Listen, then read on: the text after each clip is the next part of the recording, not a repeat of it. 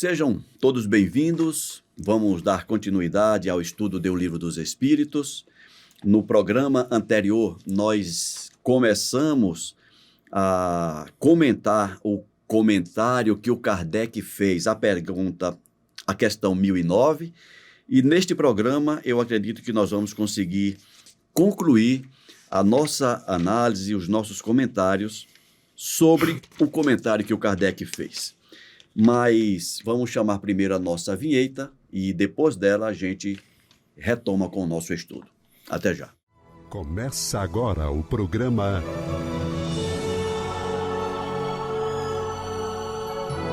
O Livro dos Espíritos em Nossa Vida. Caro Alcir, estamos aqui para encerrar as nossas análises sobre a questão 1009. Seja bem-vindo. Obrigado, Ricardo. Obrigado a cada um de vocês que nos acompanham pelas mídias sociais da Comunhão Espírita. Se vocês gostam, deem o like. Se não gostam, deem o dislike, mas digam principalmente o que a gente precisa melhorar. Com muita alegria, com muita satisfação e muito honrado por poder comentar esse maravilhoso livro e o que ele significa e o que ele ainda pode melhorar a vida de cada um de nós. Forte abraço. Alcir, eu acho que hoje a gente consegue encerrar esse estudo, né? Nós começamos lá na questão 1003, falando de duração das penas futuras. Então, desde a questão de número 1003, o tema é esse, né? Penas futuras. A questão 1009, ela tem uma característica interessante, que ela foi respondida por espíritos que assinaram, né, deram seu nome.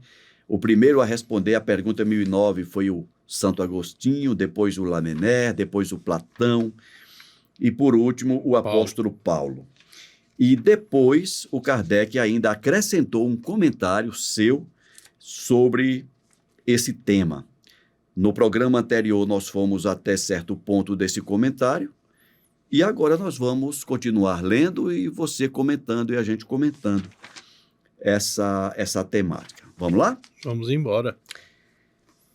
A palavra eterno, escreveu Kardec, é frequentemente empregada na linguagem vulgar como figura para designar uma coisa de longa duração e da qual não se prevê o termo, embora se saiba muito bem que esse termo existe.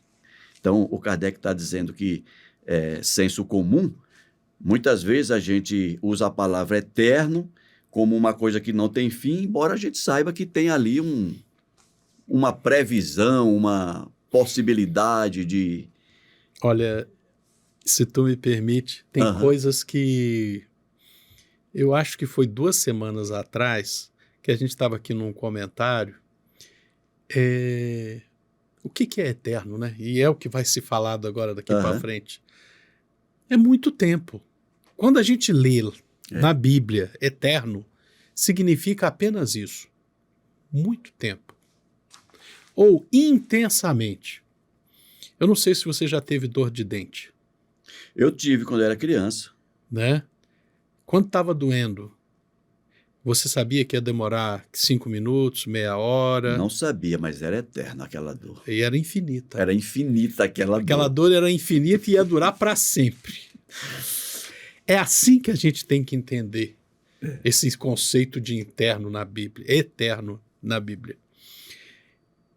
A questão de quantidade, quantificar um fenômeno, é algo muito recente na nossa cachola. É tão recente, mas tão recente, que eu vou te fazer uma pergunta. 1000 é o numeral 1 seguido de 3 zeros. 1 milhão é o numeral 1 seguido de 6 zeros. E 1 bilhão? Mais 3 zeros? É mesmo? Se tu estiver no Brasil. É mesmo? Agora eu que pergunto, é mesmo? É. O sistema... Em português de Portugal, pá, você tem 1000, milhão, 1.000 milhões e depois o bilhão. Mas 1.000 milhão dá 1 bilhão. Não, 1.000 milhões é 1.000 milhões. São 9 zeros. O bilhão são 12 zeros. Que é isso? A linguagem é uma coisa... exprimir as coisas, quantificar as coisas, no processo mental é algo tão recente que permite que quantidades extremamente grandes sejam percebidas de formas díspares na mesma língua. Que o bilhão do isso. português vale muito mais do que o nosso bilhão. É sério. Para os irmãos que não sabem, eu morei lá, né? E é o mesmo sistema decimal. É o mesmo sistema decimal. 1.000 é 1.000, milhão é milhão. Mas bilhão não é Aí bilhão. você botou mais 3 zeros, Para são nós 1.000. virou 1 bilhão. Para Portugal são 1.000 milhões, Que doideira. que é semelhante ao espanhol. O espanhol também é assim. São 1.000 milhões. São 1.000 milhões. Não sabia E por disso. que nós seguimos a regra saxônica, anglo-saxônica, que vai de milhão para bilhão direto, né?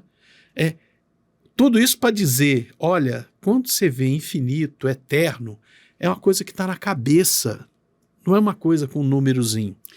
Por isso que o Jung ele se refere a Aion, né? Que Éons. serve eras. Éons. Né? Éons. A-I-O-N. Aí, é porque para mim eu já leio isso como éons, né? Que é E-O-N, né? Mas é a mesma coisa. Éons, é muito tempo. Muito tempo. É muito tempo. Quanto é um Aion ou um Ion, né? É muito tempo. Coisa eras. pra caramba. Eras. Isso. Né? Que, se você não quiser, você pode dizer que é infinito. Sim. Né? Você não tem noção de quanto tempo Não vai tem ser? noção. Bom, vamos continuar. Continuando. Dizemos, por exemplo, os gelos eternos das altas montanhas dos polos, embora saibamos de um lado que um mundo físico pode ter um fim. E de outra parte, que o estado dessas regiões pode mudar pelo deslocamento natural do eixo ou por um cataclismo. E eu coloco uma terceira opção. O gelo é eterno, mas ele está sempre descendo em camadas. Está vindo mais gelo em cima e ele vai descendo e vai formando a geleira e vai degelando e vai entrando no ciclo das águas. Ou seja, o gelo é eterno, mas nunca é o mesmo gelo. Não. Né? Porque à medida que um vai derretendo, o outro vai congelando por cima. E vai empurrando de baixo. E é um ciclo, é um ciclo. E isso acontece no alto das montanhas nevadas, isso acontece na Antártida, isso acontece no Ártico. Não, mas está acabando o gelo da Antártica. Examine os números dos últimos 3 anos. Está aumentando. Mas continuemos. É isso mesmo, amigo. Vamos lá. Então vamos lá.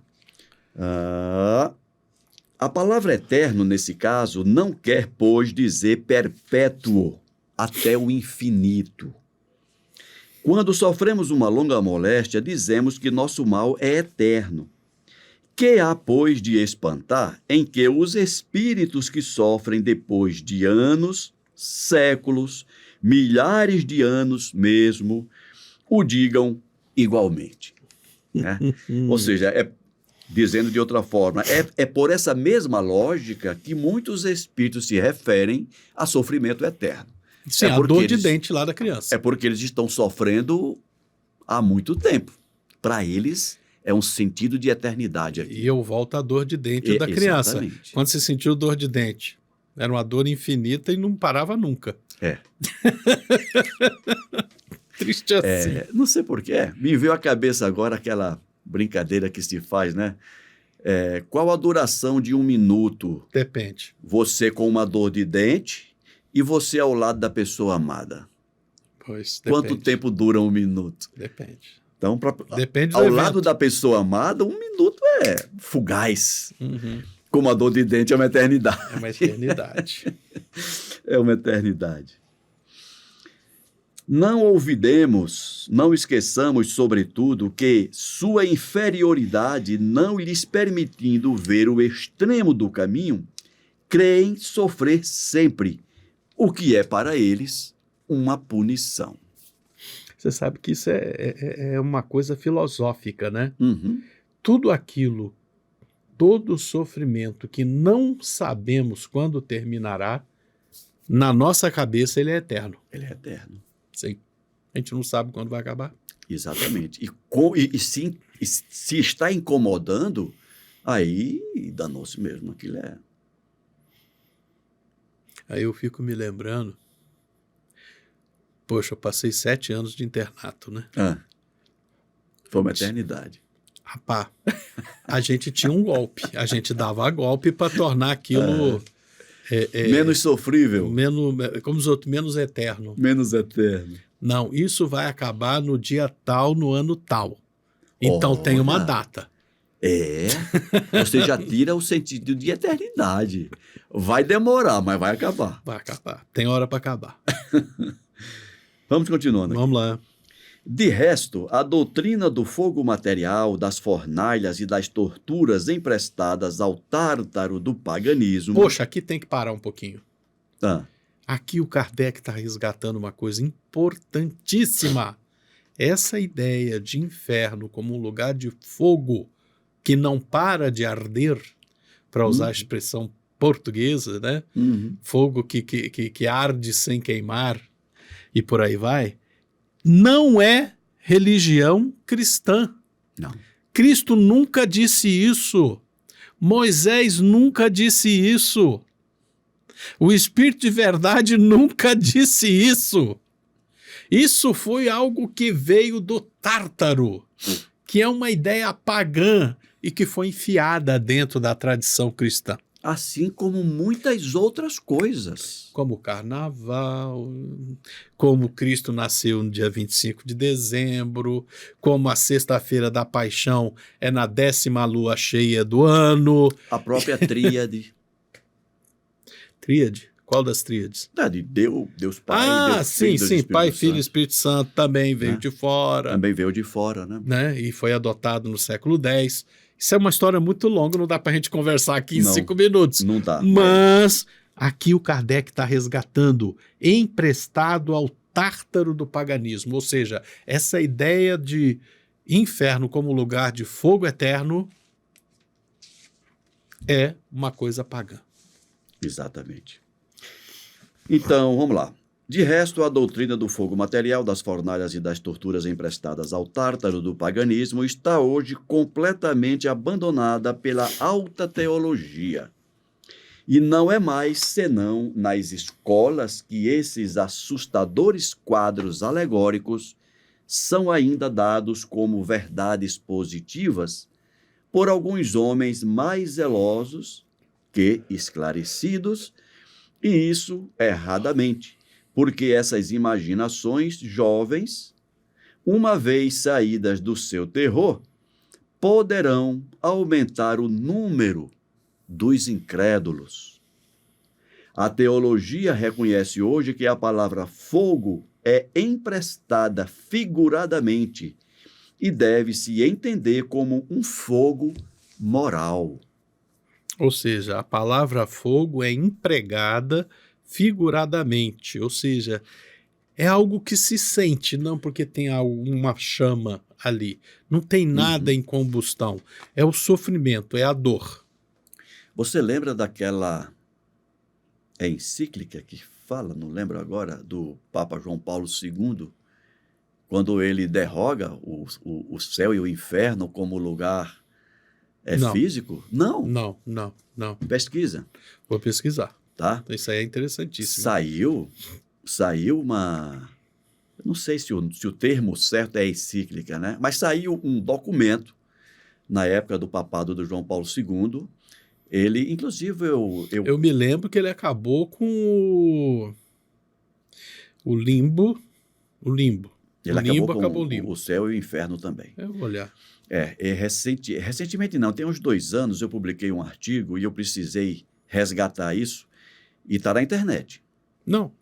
As Tá na encíclicas estão internet todas isso aí. na internet. Né? Quando ele diz que céu e inferno deve ser entendido como estado de alma e não como lugar físico. Uhum. Continuando. Os que seguiram como nós as peripécias da vida e dos sofrimentos de além-túmulo nas comunicações espíritas puderam se convencer que, por não ter nada de material, elas não são menos pungentes. Então, o Kardec aqui, eu vou parar aqui, Almeida, porque apesar de dizer, olha, não tem fogo mesmo não, mas em compensação, os sofrimentos A que dor é uma a mesma. consciência Pesarosa. pesarosa, né, uma consciência pesada, não é menor do que a de um fogo realmente queimando, se ele realmente queimasse fisicamente. Com relação mesmo à sua duração, certos teólogos começam a admitir no sentido restrito indicado acima e pensam que, com efeito, a palavra eterno pode se entender como as penas em si mesmas, como consequência de uma lei imutável e não sua aplicação ao indivíduo. No dia em que a religião admitir essa interpretação, assim como algumas outras que são a consequência do progresso das luzes, ela reunirá as ovelhas desgarradas do pastor. O que é importante para nós olharmos aqui? É justamente esta questão, e quando eu falo olharmos aqui, são 4 mensagens atribuídas a 4 espíritos diferentes e uma síntese conclusiva do Kardec. Essa história de pena eterna, ela veio de contrabando, né, de outras tradições espiritualistas que não a cristã. Acabamos de falar do Tártaro. Uhum.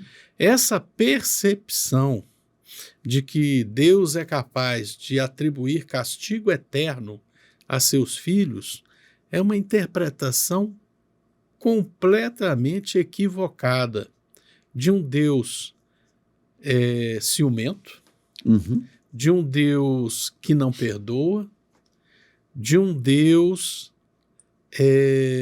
implacável, para usar o adjetivo que está aqui, né? Não existem penas eternas definitivas. A pena acontece e existe pelo tempo necessário ao aprendizado. Por que eu estou sofrendo? A mudança do indivíduo que erra. É o tempo necessário. É o tempo necessário para conduzir o espírito ao arrependimento, né? Como já citamos várias vezes aqui, é aquele processo de falta, um processo de expiação, de dor, de sofrimento que conduz ao arrependimento. É um processo intelectual de reconhecimento das falhas cometidas e, na sequência, para nós espíritas, um processo de regeneração, um processo de resgate, um processo de conserto daquilo que foi quebrado, daquilo que foi estragado, da equilíbrio e harmonização daquilo que foi desarmonizado, né? É essa a percepção espírita do processo. Então você tem a falta, você tem a expiação que conduz ao arrependimento, o arrependimento que vai lhe conduzir à regeneração. Tem vários detalhes aqui no meio, mas a colocação é essa, né? Você expia, se arrepende e regenera. E o ciclo continua, né? Porque quando a gente fala de você se arrepende, expia e regenera com relação a uma determinada falta. Mas tem as outras, né? E muitas vezes no processo de estar regenerando e se arrependendo de uma, está cometendo outra. Cometendo outra. Puxa, pisei na bola ontem, não sei o quê, e não estou te dando atenção. Eu estou prestando atenção no momento anterior ao que eu estou vivendo agora, estou vivendo no passado e estou cometendo um erro agora no presente. Outro. Essa semana eu vi um caso que eu até utilizei numa palestra que fiz. Um cidadão questionou um outro, né? Que ele se achava uma pessoa muito justa. Olha, eu sou um cidadão honesto, cumpridor das minhas obrigações, pago meus impostos, educo meus filhos, pago bem um salário justo aos meus colaboradores, e foi citando as muitas virtudes que ele via nele, mas que tinha uma que ele ainda não se julgava capaz de cumprir. Ele é muito modesto. E na lógica dele, ele falou o seguinte: olha, eu sou bom em tudo isso, rapaz, eu faço essas coisas sem nenhum sofrimento. Não é sofrido para mim ser honesto, não é sofrido para mim. Eu faço isso naturalmente, eu sou essa pessoa, né? Mas eu não consigo abrir mão do meu relacionamento extraconjugal. Então, ele dizia o seguinte, ele se justificando: se Deus é justo, e ele vendo em mim tantas qualidades boas, eu acho que ele não vai me condenar só porque eu pulo a cerca. E aí o colega dele, que era espírita, disse o seguinte: o seu raciocínio tem uma lógica, mas considerando que a nossa reencarnação atual representa o somatório das anteriores, considerando que nós não andamos para trás, que nós não retrogradamos, que o espírito só evolui, só aumenta, o fato de você ser tudo isso que você disse de bom hoje significa que você já conseguiu atingir esse nível de aperfeiçoamento nessas questões. Por isso que você faz sem sofrimento. Mas você já pensou se a tua reencarnação atual, na tua encarnação atual, você tenha trazido apenas um compromisso para continuar avançando? Que era justamente... E esse compromisso seja exatamente ser fiel à tua esposa? Ou seja, ser honesto, ser bondoso, ser atencioso, você não tem sofrimento porque já é conquista sua. Você não está sendo provado nesta encarnação sobre essas coisas. A tua prova está sendo em ser fiel à tua esposa. Isso para dizer, eu lembrei disso pelo comentário que você fez. Muitas vezes você é perfeito, entre aspas, né, naquilo que faz, mas se permite errar numa coisa porque acha que é só aquela coisinha. E pode ser que nessa encarnação aquela coisinha tenha sido a única prova, a única, entre aspas, que você trouxe para que você passasse por ela e galgasse um degrauzinho a mais, né? Então, enquanto você não perceber isso, aquela pena vai continuar sendo eterna para você. E talvez você questione Deus. Como assim, Deus? Eu sou uma pessoa tão boa, eu sou uma pessoa tão, sei lá, como esse colega falou, né? Mas de repente me aparece ali um problema de próstata, que seja. Mas como assim? Deus está me castigando, eu sou tão bom? Ele não está te castigando. Você está apenas recebendo uma consequência da tua rebeldia, daquilo que você não conseguiu angariar ainda. É isso aí, né? A questão é justamente essa, como você muito bem colocou, a gente está num processo contínuo, né? Agir certo, agiu errado, expia, arrepende, se regenera, em vários assuntos, em vários fatos, em várias fases desencontradas, em várias facetas da vida, cada vez se aperfeiçoando mais. É o nosso caminho. Aliás, né? Como é que é aquela frase bonita lá do túmulo do Kardec? Nascer, viver, morrer, retornar. Renascer essa é a lei. ainda Renascer ainda, essa é a lei. e progredir sempre. Essa é a lei. Pois é, esse é o nosso caminho, gente. É. É interessante, Almeida, porque nós ainda nos enganamos, Nós nos enganamos o tempo todo, sim. né? E se tem uma coisa que a gente se utiliza muito dela para se enganar, é a nossa vaidade, né? Nosso egoísmo. Nosso egoísmo e o nosso orgulho, né? Essa história que eu falei, que pelo que o colega comentou foi um fato real, verídico, o nosso amigo ele estava crente de que gente, Gabaritei. só isso aqui. Então, eu não vou tirar 10, mas eu vou tirar 9. A 9 é uma nota boa. Então, eu estou tranquilo, mas não. Do ponto de vista da evolução espiritual, o objetivo é 10. Né? Tudo bem, que nessa eu não vou ser perfeito em tudo, mas aquilo que nós comentamos, eu acho, no programa anterior, observa as tuas tendências hoje, né? Aí você vai ter uma ideia do que é que te traz aqui nesta encarnação. Qual é o objetivo? Qual é a tua prova mais direta? Eu pesquisei aqui, vocês viram eu mexendo aqui no celular. Você achou a encíclica? Não, eu fui ver o Tártaro. Ah, o Tártaro. Né? É um lugar, na mitologia grega, Sim. o Tártaro é um lugar profundo e sombrio, a parte mais baixa do submundo, usada como prisão para os titãs e também como local de punição para os ímpios, criminosos e pecadores. Fica no reino de Hades. Né? No Exatamente. reino das sombras. No reino de Hades. Bacana. Só para a gente fechar. Tá certo. Meu amigo, nosso tempo está acabando e assim nós encerramos a temática das provas eternas, perdão, das penas futuras, né? Duração das penas futuras. E no próximo programa, Almeida, nós vamos começar uma outra temática, a ressurreição da carne.